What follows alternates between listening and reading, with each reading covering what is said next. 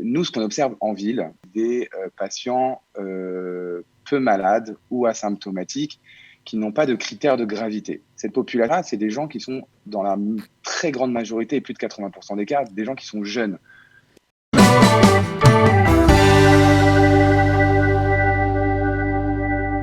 Et nous avons le plaisir d'accueillir notre premier invité de la matinée. Il s'agit du docteur Yoni Khalfa, qui est médecin spécialiste en médecine générale à la Maccabi, mais qui est également attaché à la Mirpat Corona d'Elad. Il est médecin militaire réserviste, officier de réserve, sergent-chef. Bref, on est ravis d'accueillir notre invité, docteur Yoni Khalfa. Bonjour. Oui, bonjour à tous. Merci Cathy. Alors, qu'est-ce que vous pensez, ce sera ma première question, de ce nouveau plan? Je ne sais pas si vous l'avez suivi, du docteur Roni, du professeur Roni Gamzou, le fait d'enrôler Tsahal pour effectuer en tout cas des batteries de tests supplémentaires et gérer au mieux cette crise du coronavirus.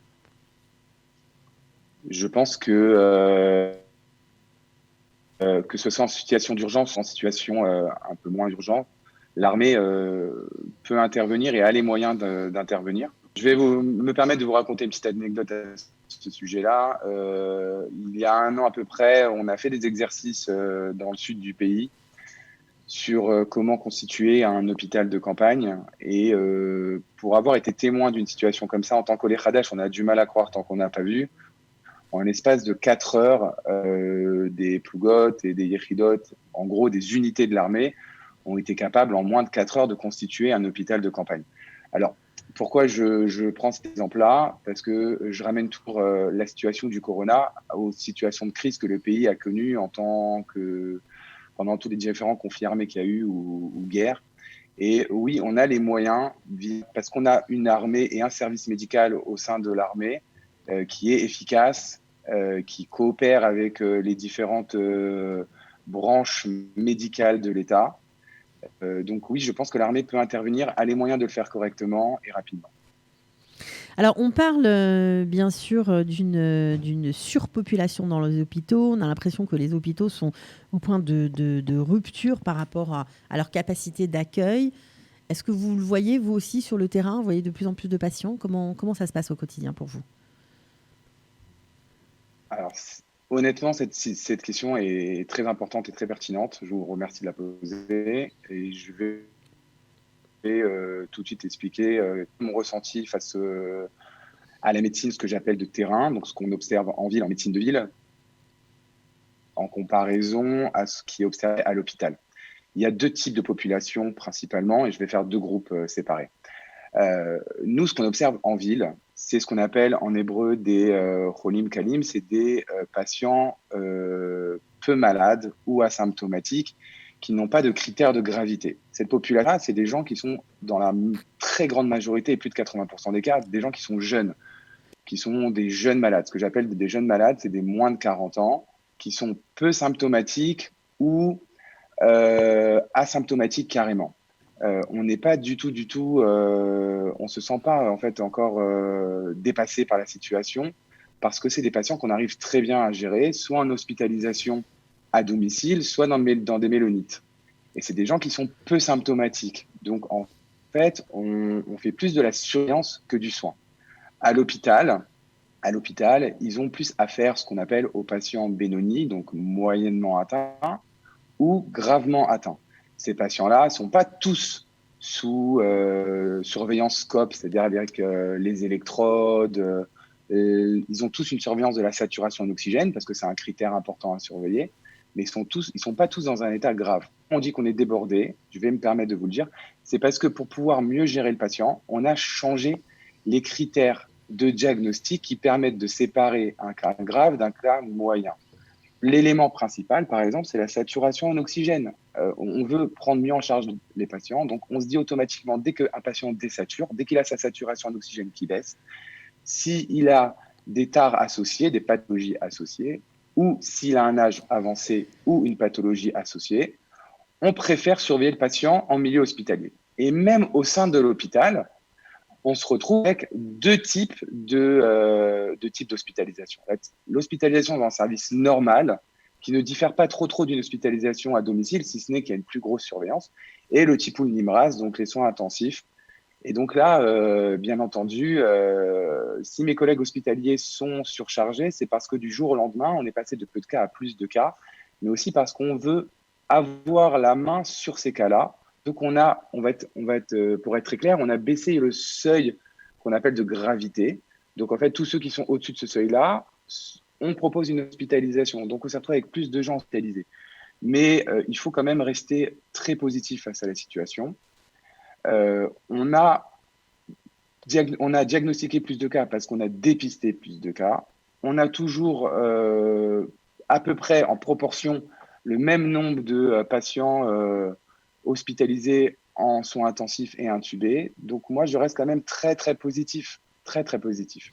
Mais c'est quand même assez étonnant parce que le discours ambiant est complètement différent de celui que vous tenez. On a l'impression... Moi, je tiens un discours positif parce que... Oui, dites-moi. Allez-y.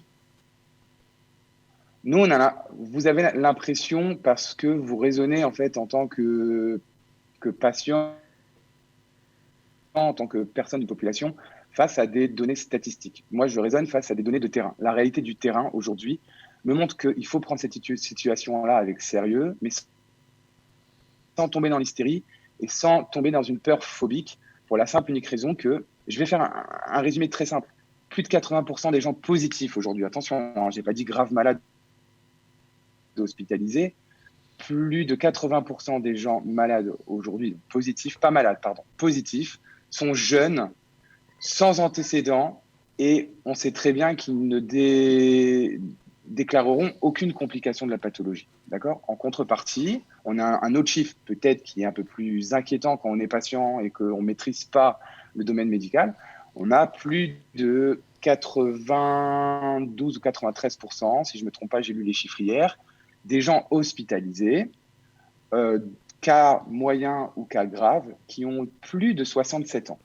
Alors, oui, vous avez raison, peut-être ça peut inquiéter certaines personnes, mais sur la prise en charge, je fais confiance à mon gouvernement, au Misrada Briout et à toutes les équipes médicales. Si on continue, nous, quand je dis nous, personnes plus ou moins jeunes, en bonne santé, à porter le masque, et ça, c'est une priorité. Ça, c'est une priorité. Je vais vous donner un chiffre après qui est réel, et ça, c'est un chiffre de terrain et un chiffre qui reflète la réalité. Si on continue, nous, à porter ce masque et à se protéger, on protège aussi nos personnes âgées qu'on aime tant et qu'on chérit. Et personnellement, je vais vous donner deux chiffres importants. La priorité, c'est que j'ai 100% de mes patients positifs, que ce soit symptomatiques ou asymptomatiques, qui ont déclaré ne pas avoir porté le masque à l'instant T où ils ont pu se retrouver dans le cas de ce qu'on appelle le rapport aux relations contaminantes. Alors justement, vous avez... Juste pour définir ce que ça veut dire. Oui, c'est important. Alors, vous avez parlé de malades positifs et de malades. Alors, on entend beaucoup de choses dans la presse, dans les médias, on en parle tout le temps, mais est-ce que vous pourriez revenir sur cette notion? Parce que les gens mélangent un peu tout. Donc, on peut être malade, on peut être positif sans être malade. C'est ça? Ce que j'appelle un positif... Exactement. Ce que j'appelle un positif sans être malade, c'est un patient en fait qui s'est retrouvé positif parce qu'il est rentré dans les critères du dépistage ou du diagnostic, c'est deux choses différentes. Et donc, du coup, il a reçu un test positif parce qu'il a été, entre guillemets, obligé de faire cette DICA, c'est ce test.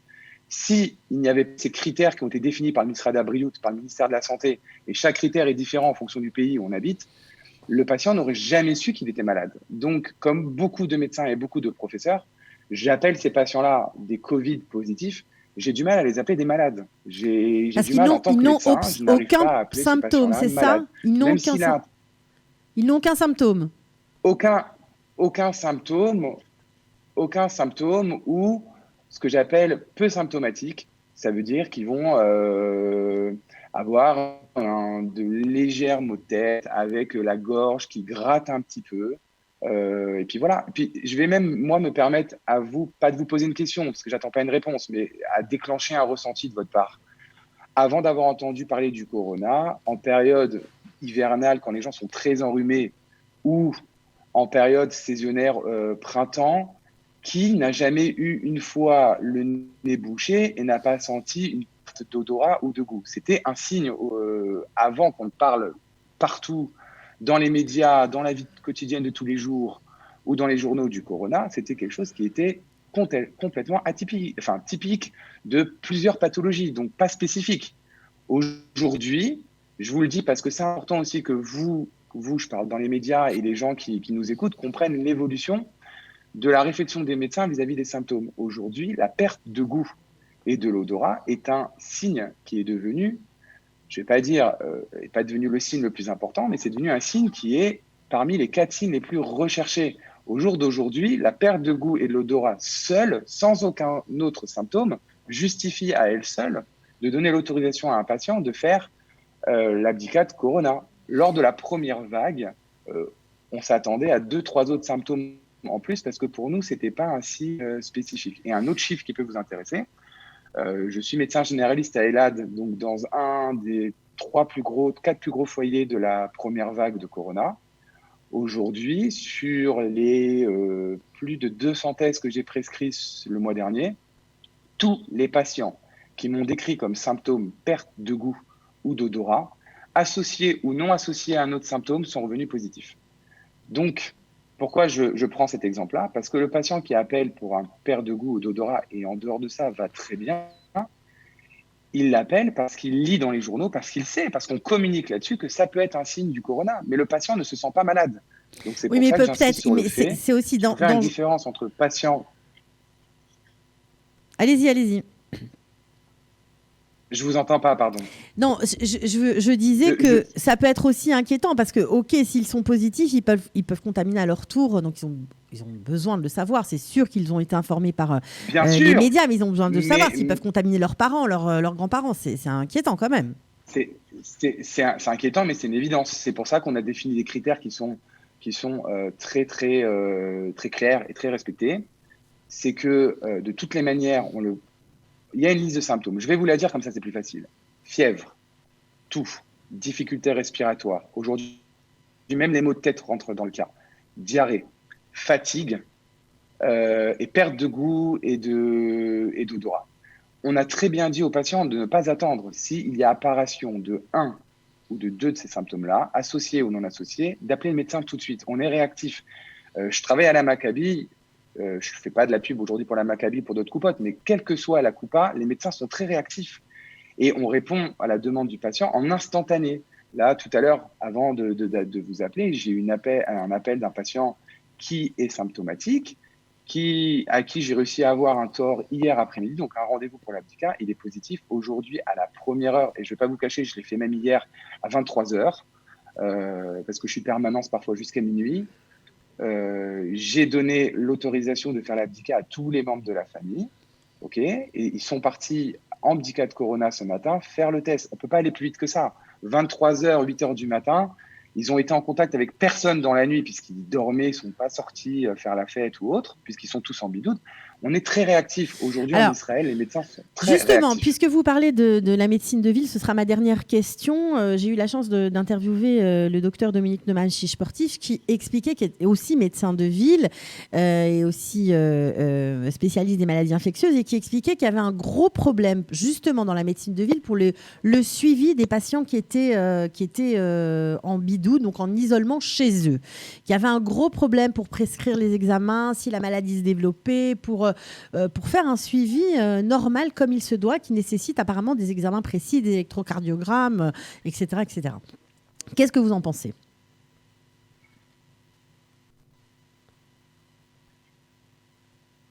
Alors, je vais vous dire déjà, moi, je suis un des médecins qui a toujours été d'abord pour l'hospitalisation en mélonite à l'hôtel, plus qu'à la maison. Pour 2 raisons. Premièrement, comme vous l'avez dit, déjà, il y a un problème, vous avez évoqué, mais je vais évoquer. C'est très, très dur, très dur, même pour les familles où il n'y a pas beaucoup d'enfants, et de respecter correctement le bidoude à l'intérieur d'une maison, dans une chambres séparées, avec les règles d'hygiène, toilette et la salle de bain. Donc, pour ces raisons-là, moi, j'essaye en tout cas de convaincre mes patients de choisir la mélomite. Deuxièmement, vous avez raison. Pour certains examens très compliqués à domicile effectués comme des électrocardiogrammes ou autres, mais c'est aussi le rôle du médecin qui travaille dans ce qu'on appelle nous la Tsevet Mamtak. C'est une abréviation, ça veut dire en gros en français Tsevet Corona, ça veut dire l'unité Corona, qui doit juger de la nécessité ou de la véracité d'un examen. Un patient qui appelle qui dit moi je dois faire un test de recherche de bactéries dans l'estomac parce que j'ai mal à l'estomac. Dans les périodes de ces 2 semaines-là, ce n'est pas une importance. C'est pas important. Non, mais là, c'est si les médecins jugent. C'est pas. Ma question, c'est parfois les médecins jugent qu'il faut faire un examen et ce n'est pas possible parce que ça ne fonctionne pas bien au niveau justement de cette MIRPA Corona, comme vous dites, ou cette instance qui décide de oui ou non donner des examens. Alors d'abord, il faut que vous sachiez une chose, c'est pas que cette unité Corona qui décide. Le médecin traitant décide aussi. Le médecin, moi, ça m'est déjà arrivé de penser l'inverse d'un médecin qui travaille dans l'unité de Corona. Même si sur le papier, il a dessus sur moi, on a, nous, en tout cas, à la Maccabi, ce qu'on appelle une cave RAM. Donc, quand un médecin décide qu'un test est obligatoire, il appelle ce numéro de téléphone. Il est en correspondance avec un Menaël et en expliquant pourquoi, on obtient toujours. Moi, j'ai obtenu des examens, même qui ne se font pas à domicile. Et j'ai trouvé la solution. Soit en donnant, je prends un cas, vous avez parlé de l'électrocardiogramme, c'est très simple. On a eu ce cas-là, nous. On a des issues de secours dans les coupes patronymes. On a fait venir le patient au premier rendez-vous du matin. Il est rentré par l'issue de secours. On était tous en tenue de cosmonaute, bon, pour dire le migoun en hébreu, en protection complète. Il a fait son électrocardiogramme. Le double de l'électrocardiogramme a été envoyé en instantané. On a ça en Israël, on n'a pas ça en France. Et envoyé en instantané au cardiologue à Asuta, qui a apporté une contre-expertise en plus de la mienne. Le patient est retourné à domicile et tout s'est bien passé. Bon, mais enfin, on voit bien que c'est quand même compliqué, quoi. On a eu la même chose. Bien sûr que c'est compliqué. La situation n'est pas évidente. Elle est évidente pour personne. Mais je peux vous assurer que le médecin traitant est un peu un chef d'orchestre et il a le pouvoir de changer les choses et d'améliorer les choses. On s'améliore au jour le jour, Cathy. Je peux vous assurer, les choses ne sont pas toujours faciles, mais on essaye de faire tout au mieux pour le patient. Et on cherche toujours, pas forcément la perfection, mais on essaye de l'atteindre en s'améliorant tous les jours et en s'adaptant aux nouvelles recommandations.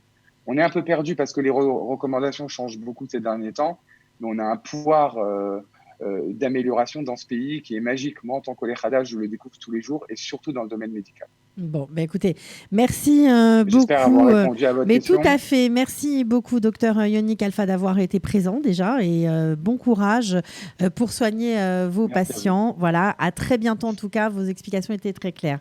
Merci.